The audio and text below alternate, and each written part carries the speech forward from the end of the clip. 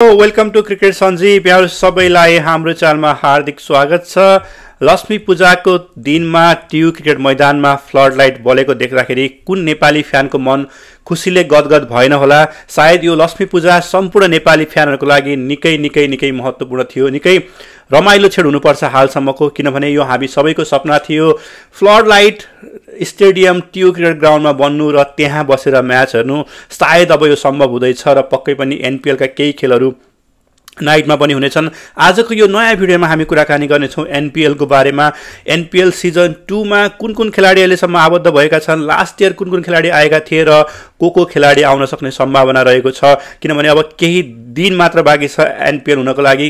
हामी 1 महिनाभन्दा पनि कम समय बाँकी छ र खेलाडीहरू टिमहरूले साइन गर्ने काम भइरहेका छन्। इन्टरनेसनल खेलाडीहरू हामी विभिन्न न्युजहरू अप टु डेट भइरहेका छौँ। एभ्री डे नयाँ खेलाडीहरू साइन गरिरहेका छन् र हामी आजको भिडियोमा आजसम्म साइन भएका खेलाडीहरूको बारेमा कुराकानी गर्नेछौँ, प्लस फ्युचरमा साइन हुन सक्ने केही खेलाडीहरूको बारेमा पनि कुराकानी गर्नेछौँ। र आज विशेष दिन रहेको छ नेपालीहरूको, हामी सबैको भाइटिकाको दिन रहेको छ। सम्पूर्ण साथीहरूलाई भाइटिकाको धेरै शुभकामना पनि भन्न चाहन्छु। जहाँ हुनुहुन्छ आफ्नो सिब्लिङहरूसँग गुड बन्डिङका साथ आज फेस्टिभल मनाउनु होला। ह्याप्पी भाइटिका। र यो भिडियो हो विशेष गरी एनपिएल सिजन 2 का इन्टरनेसनल खेलाडीहरूको बारेमा र यहाँहरू सबैलाई हाम्रो च्यानलमा हार्दिक स्वागत पनि छ। जो साथीहरूले हाम्रो च्यानल सब्सक्राइब गर्नुभएको छैन भने नेपाली क्रिकेट सम्बन्धी सम्पूर्ण अपडेटेड जानकारीको लागि हाम्रो च्यानल सब्सक्राइब गर्नुहोला। र WCL 2 को बिल्डअप हामीले सुरु गरिसकेका छौँ। तपाईहरु हाम्रो च्यानलमा 2वटा हेड टु हेड जुन युएससँग र युएईसँगको भिडियो हामीले अपलोड गरिरहेका छौँ र यसपछि हामी त्यो सिरिजलाई विशेष फोकस भएर पनि अन्य भिडियोहरू अपलोड गर्नेछौँ। त्यसैले कुनै पनि अपडेट मिस नगर्नको लागि हाम्रो च्यानल सब्सक्राइब गर्नुभएको छैन भने सब्सक्राइब पनि गरिहाल्नुहोला। Welcome everyone.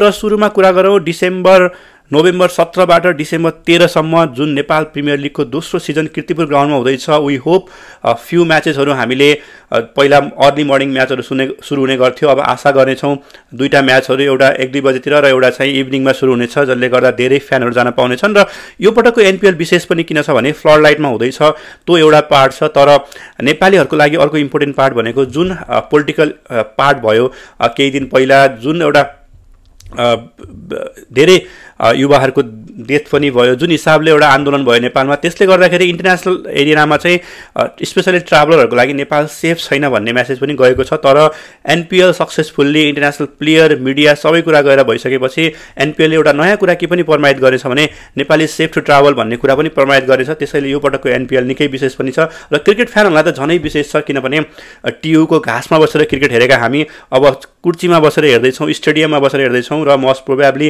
फ्लड लाइटमा गेम पनि हेर्न पाउनेछौँ। यो it's a very big thing for all Nepalese cricket fan. र यो माहौलमा अझ राम्रो बनाउनको लागि यो पटक ठुल्ठुला नामहरू नेपाल प्रिमियर लिगमा आउँदैछन्। सुरुमा कुरा गरौँ अघिल्लो सालका ठुला नामहरूको, जुन अघिल्लो वर्ष जुन पहिलो संस्करण भएको थियो, विभिन्न आइसिसीको प्रावधानहरू पनि रहेको थियो, कतिजना खेलाडी ल्याउन पाउने, खेलाडी ल्याउन पाउने भन्ने कुरामा। तर लास्ट इयर नै हामीले हेऱ्यौँ भने विराटनगर किङ्सले मार्टिल गुप्तिललाई ल्याएको थियो, सोहेल तन्वी र रवि बोपरा चितवन राइनर्सबाट खेलेका थिए र उनीहरू यो साल पनि खेल्दैछन्।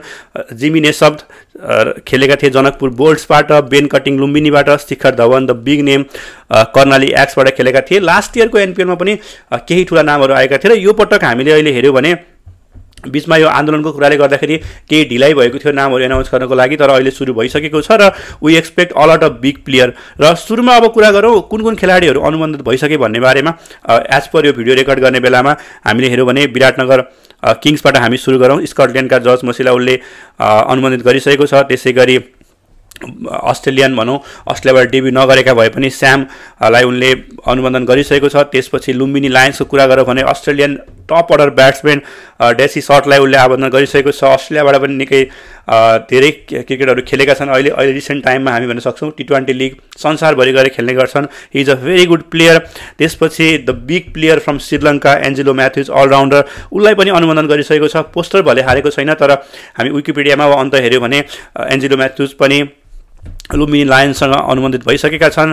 त्यसै गरी लास्ट टाइमको च्याम्पियन टिम भनौँ जनकपुरको बारेमा कुरा गरौँ भने शिवनारायण चान्डापोललाई उसले कोच को रूपमा अनुमोदन गरिसकेको छ। त्यो पनि निकै ठुलो नाम हो इन्टरनेसनल क्रिकेटमा। र सुदूरपश्चिम रोयलको बारेमा कुरा गरौँ भने क्रिस लिन अर्को ठुलो नाम भन्नुपर्छ यो इयर, किनभने यी खेलाडीहरू क्रिस लिनको हामीले कुरा गऱ्यौँ, ड्यासी सर्टको कुरा गऱ्यौँ, अरू खेलाडीहरू कुरा गऱ्यौँ भने एन्जेलो म्याथ्युजै भन्यो भने रिटायर भइसकेका नाम भन्दा पनि करेन्टली इन्टरनेसनल क्रिकेट खेलिरहेका नामहरू हो। यसले गर्दाखेरि it's a very big exposure for Nepali player as well. र अझै मलाई भन्नुहुन्छ भने त I want see some quality fast bowler, किनभने नेपाललाई र नेपाली खेलाडीहरूलाई ग्राउन्ड लेभलबाटै राम्रो प्र्याक्टिस पनि मिल्ने गर्छ। We have a quality batsman international लेभलको आएको, तर स्टिल आई वान्ट अझ म एक्साइटेड चाहिँ के कुरामा अझै छु भने I want see some quality fast bowler as well. कुनै टिमले पक्कै पनि आबद्ध गर्ला।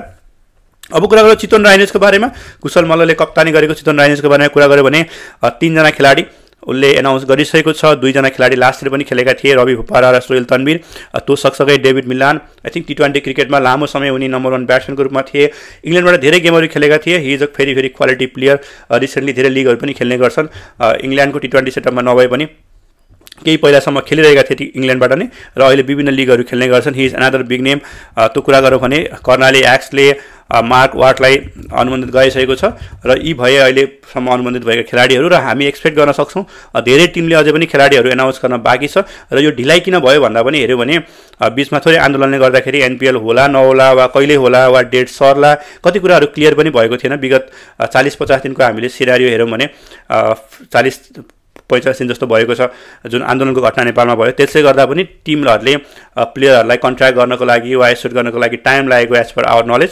तर अब झ्याप नामहरू आउने क्रम बाँकी छ। र बिग नामहरूको बारेमा कुरा गरौँ, यो नेम लिस्टहरू चाहिँ हामीले कुनै एक्ज्याक्ट सोर्स त भन्न मिलेन, तर हामीले यो नेम लिस्टहरू तयार गर्ने बेलामा विभिन्न टिमहरूसँग होला वा विभिन्न सोर्सबाट चाहिँ इन्फर्मेसन कलेक्ट गर्न ट्राई गरिरहेका थियौँ। र कति केसेसमा चाहिँ हामीले हामीलाई मनमा लागेको कुरा वाइज पनि हामीले 9-10 जना खेलाडीको नाम बनाएका छौँ, र केही नामहरू चाहिँ टिमहरूले कम्युनिकेट गरिरहेको छ भन्ने इन्फर्मेसनको आधारमा पनि बनाएका छौँ। लेट्स सी यो नामहरू हामीले जुन भन्छौँ त्यो यिनमा कतिजना खेलाडीहरू अनुमोदित हुन्छन् हुँदैनन् त्यो त हेर्न बाँकी छ। तर हामीले पाएको जानकारी अनुसार बिग नेमहरू इन्डियन क्रिकेटबाट जसरी लास्ट इयर शिखर धवन आए, योचोटि पनि सुरेश साइना र दिनेश कार्तिकसँग कुराकानीहरू भइरहेको छ। इट्स अल अबाउट मनी र उनीहरूको टाइमको कुराहरू, उनीहरूलाई टाइम हुनु पऱ्यो। आई थिङ्क इन्टरनेसनल प्लेयरहरू नेपालमा आएर खेल्न इच्छुक छन्। अहिलेको स्थिति हेरौँ भने जुन फ्यान फलोइङ नेपालको रहेको छ, जुन फ्यान फलोइङ लास्ट इयर नेपालले देखाएको छ, र जुन हिसाबले NPLको पनि स्ट्यान्डर्ड बढेको छ, स्टार स्पोर्ट्समा पोस्ट देखिएको थियो। फर्स्ट सिजनमै हामीले स्टार स्पोर्टमा लाइभ हेर्न पाएका थियौँ, र इन्टरनेसनल एरियामा पनि नेपाली क्रिकेटको चर्चा छ।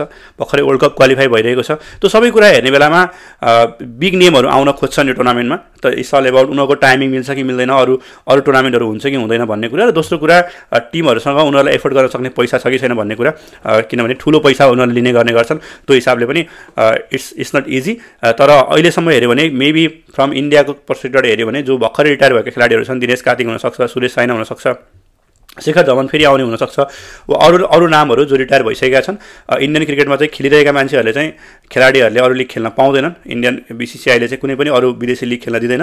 रिटायर भइसकेपछि मात्र खेल्न पाउँछन्। जस्तै रविचन्द्र अश्विनै अहिले टेस्टमा रिटायर भइसकेपछि अस्ट्रेलियाको लिग लगायत अरू लिगहरूमा खेल्न गइरहेका छन्। त्यो हिसाबले हेऱ्यो भने रिटायर्ड खेलाडी मात्र इन्डियाको खेल्न पाउँछन्, करेन्ट टिमको खेलाडी चाहिँ खेल्न पाउँदैनन्। तर त्यो कुरा अरू टिमसँग चाहिँ लागू हुँदैन। त्यो बाहेक we expect Faf du Plessis, David Warner, यो लेभलको प्लेयरहरू पनि जो आफ्नो टिमबाट रिटायर भइसकेका छन् तर इन्टरनेसनल T20 लिगहरू खेलिरहेका छन्। द्याट कुड बी अजमान खान पाकिस्तानबाट, उनको पनि धेरै नाम चर्चामा आएको छ। त्यो गरी इङ्ल्यान्डका एलेक्स हेल्सको कुराहरू होला, वा the big name Sunil Narayan हुनसक्छ, वेस्ट इन्डिज क्रिकेटर, उनी जहाँ त्यहीँ गएर लिगहरू खेल्ने गर्छन्। यी नामहरू Dinesh Karthik, Suresh Raina, Faf du Plessis, David Warner, Ajman Khan, Alex Hales, Sunil Narine, Michael लिभिड त पक्कै पनि आउनेछन्, लास्ट इयर पनि आएका थिए। यी नामहरू चाहिँ आउने चर्चा छ। त्यो बाहेक तपाईँहरूले सुनेको नाम वा तपाईँलाई देख्न मन लागेको नाम कुनै छ भने तपाईँहरू कमेन्ट गर्न पनि सक्नुहुन्छ। र हामी अप टु डेट रूपमा नै जब नामहरू एनाउन्स हुन्छ विकली रूपमा नै वा 2-3 डेमा नै तपाईँहरूलाई अपडेट गर्ने प्रयास पनि गर्नेछौँ। र कुन टिम कस्तो भयो, कुन टिमलाई के चाहिएको छ, विभिन्न टिमहरूको एनालाइसिस, सर्ट एनालाइसिसको रूपमा हामी जुन गर्ने गर्छौँ टिम इन्टरनेसनल टिमको, त्यसरी हामी यो पटक भने NPL टिमको पनि प्रोबेबल प्लेइङ 11 के हुनसक्छ, यो प्लेयरहरू एनाउन्स भइसकेपछि विभिन्न टेक्निकल पार्टहरू लगायत एनालिटिकल भिडियोहरू पनि हाम्रो च्यानलमा हामी बनाउने प्रयास गर्नेछौँ हाम्रो नलेजले भ्याएसम्म। सो तपाईँले हाम्रो च्यानल सब्सक्राइब गर्नुभएको छैन भने सम्पूर्ण अपडेटको लागि हाम्रो च्यानल सब्सक्राइब पनि गर्नुहोला। र WCL 2 हुँदैछ, अब भोलिबाट हामी त्यसको लागि फेरि अरू भिडियोहरू लिएर आउनेछौँ। र हामीले अघि पनि मैले भनिसकेँ तपाईँहरूलाई, हामीले बिल्डिङ अफ भनेर 2टा जुन कन्ट्रीहरूसँग हामी खेल्दैछौँ, UAE र युएसएसँग त्यसको हेड टु हेड म्याचहरू आजसम्म हामीले ओडिआई क्रिकेटमा कतिपटक खेलेका छौँ, कस्तो पर्फर्मेन्स गरेका छौँ भन्ने भिडियोहरू हामीले बनाइसकेका छौँ। हामीले लिङ्क डिस्क्रिप्सनमा पनि राखेका छौँ, त्यहाँबाट पनि तपाईँहरू हेर्न सक्नुहुन्छ। नेपाली क्रिकेट सम्बन्धी सम्पूर्ण अपडेट जानकारीको लागि हाम्रो च्यानल सब्सक्राइब पनि गर्नुहोला। आजको भिडियो यति नै। हामी फेरि भोलि नयाँ भिडियो साथ उपलब्ध हुनेछौँ र हामी प्रयास गरिरहेका छौँ प्रत्येक दिन तपाईँहरूलाई नयाँ भिडियो पस्कने। सो नेपाली क्रिकेट सम्बन्धी सम्पूर्ण अपडेट जानकारीको लागि हाम्रो च्यानल सब्सक्राइब गर्नुहोला। र फेरि एकपटक आज भाइटिकाको दिन यहाँहरू सबैलाई तिहारको र भाइटिकाको धेरै धेरै शुभकामना पनि रहेको छ। धन्यवाद। Thanks for watching.